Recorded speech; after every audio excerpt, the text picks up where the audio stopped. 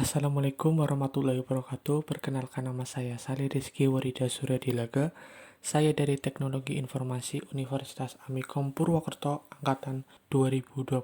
Saya di sini akan menjelaskan mengenai komponen motherboard. Sebelum menjelaskan tentang komponen apa saja yang ada di motherboard, saya akan menjelaskan apa itu motherboard. Motherboard atau bisa disebut mainboard atau system board, logic board, baseboard, mobo atau disebut juga dengan papan induk, merupakan sebuah print circuit board yang bertindak sebagai tulang belakang pada sebuah komputer. Motherboard dikatakan sebagai induk atau tulang belakang sebuah komputer disebabkan karena motherboard menyediakan sebuah konektivitas elektrik yang disebut bus, sehingga semua komponen dan perangkat eksternal pada motherboard tersebut dapat terhubung. Selain itu, motherboard juga memiliki kemampuan untuk mengontrol perangkat seperti hard drive, DVD drive, keyboard, dan mouse. Dikatakan tulang belakang komputer juga disebabkan karena memiliki berbagai macam fungsi. Fungsi utamanya yaitu menampung komponen pada komputer. Motherboard juga berfungsi untuk mengatur kode BIOS dan chips ROM. Tidak hanya itu, motherboard juga berfungsi sebagai kumpulan slot yang berguna untuk pengguna menambahkan perangkat eksternal agar bisa menambahkan fleksibilitas pada sebuah komputer, seperti keyboard, mouse, speaker, dan lain sebagainya. Motherboard juga memiliki jenis yang berbeda. Pertama ada jenis motherboard AT atau Advanced Technology, ATX Advanced Technology Extended, Micro ATX atau Micro Advanced Technology Extends, LPX Low Profile Extends, BTX Balanced Technology Extend, dan Mini ITX Information Technology Extends. Selain itu kita masuk ke pembahasan utama, yaitu komponen-komponen yang ada di motherboard. Pertama ada soket CPU atau prosesor soket. Digunakan untuk menginstal dan menyisipkan prosesor. Kedua ada chipset. Chipset sendiri berfungsi sebagai jembatan arus data yang menghubungkan prosesor dengan macam-macam komponen eksternal dan buses. Ada dua jenis chipset.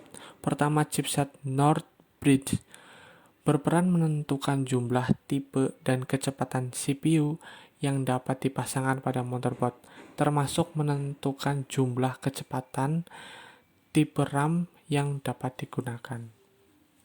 Lalu ada South Bridge. Sebenarnya tugas dari South Bridge dan North Bridge bisa dikatakan hampir sama, hanya saja jika North Bridge cenderung berfungsi sebagai pengatur masalah internal, sedangkan South Bridge justru difungsikan sebagai pengatur masalah eksternal yang berhubungan dengan input, output, dan manusia. Lalu ada chipset yang telah menggunakan komponen System on Chip. Biasanya chipset System on Chip menyediakan komponen hardware yang sudah on board dalam motherboard, misalnya VGA dan modem. Ketiga ada slot RAM. Slot RAM merupakan komponen pada motherboard yang digunakan untuk menyisipkan RAM. Keempat ada slot AGP.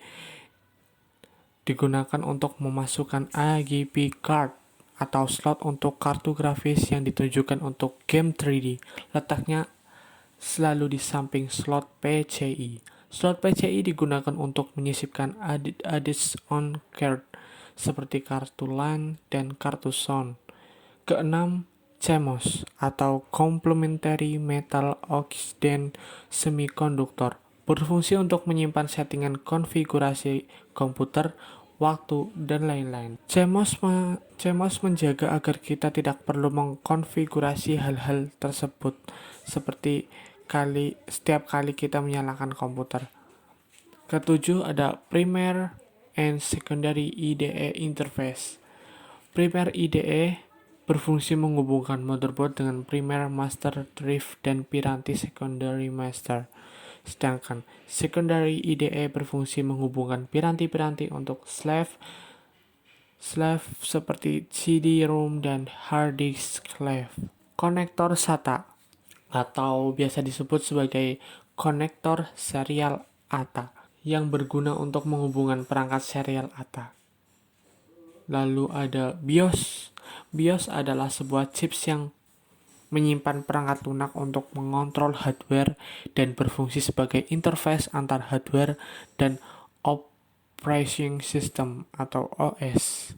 BIOS digunakan oleh komputer untuk mempersiapkan proses booting atau startup dan mengecek kesiapan sistem dan hardware sebelum komputer dijalankan.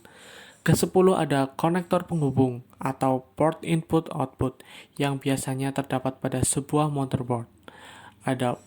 Berikut ada beberapa jenis konektor penghubung atau input-output port yang biasa terdapat pada sebuah motherboard.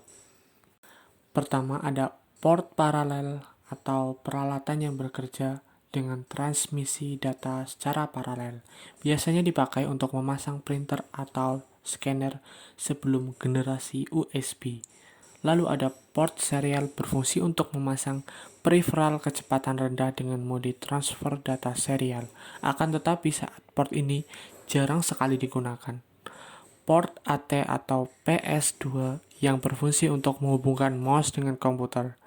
Port USB untuk antarmuka dan peripheral atau peralatan eksternal generasi terbaru yang menggantikan port paralel dan port serial. Ada port VGA, port yang berhubungan langsung dengan layar. Ada port audio, port yang berfungsi untuk menghubungkan komputer dengan sistem audio seperti speaker, mikrofon, dan lainnya. Port LAN, port yang berfungsi untuk menghubungkan komputer dengan jaringan komputer seperti LAN atau Local Area Network. Ada port SPDIF, port yang berfungsi untuk menghubungkan komputer dengan peripheral audio seperti home theater. Port Firewire, port yang berfungsi untuk menghubungkan peralatan eksternal kecepatan tinggi seperti video capture atau seperti streaming video. Sekian adalah penjelasan mengenai komponen motherboard. Mohon maaf jika ada salah kata atau cara penyampaian dari saya. Saya Salih Rizky Waridasura Dilega. Terima kasih. Wassalamualaikum warahmatullahi wabarakatuh.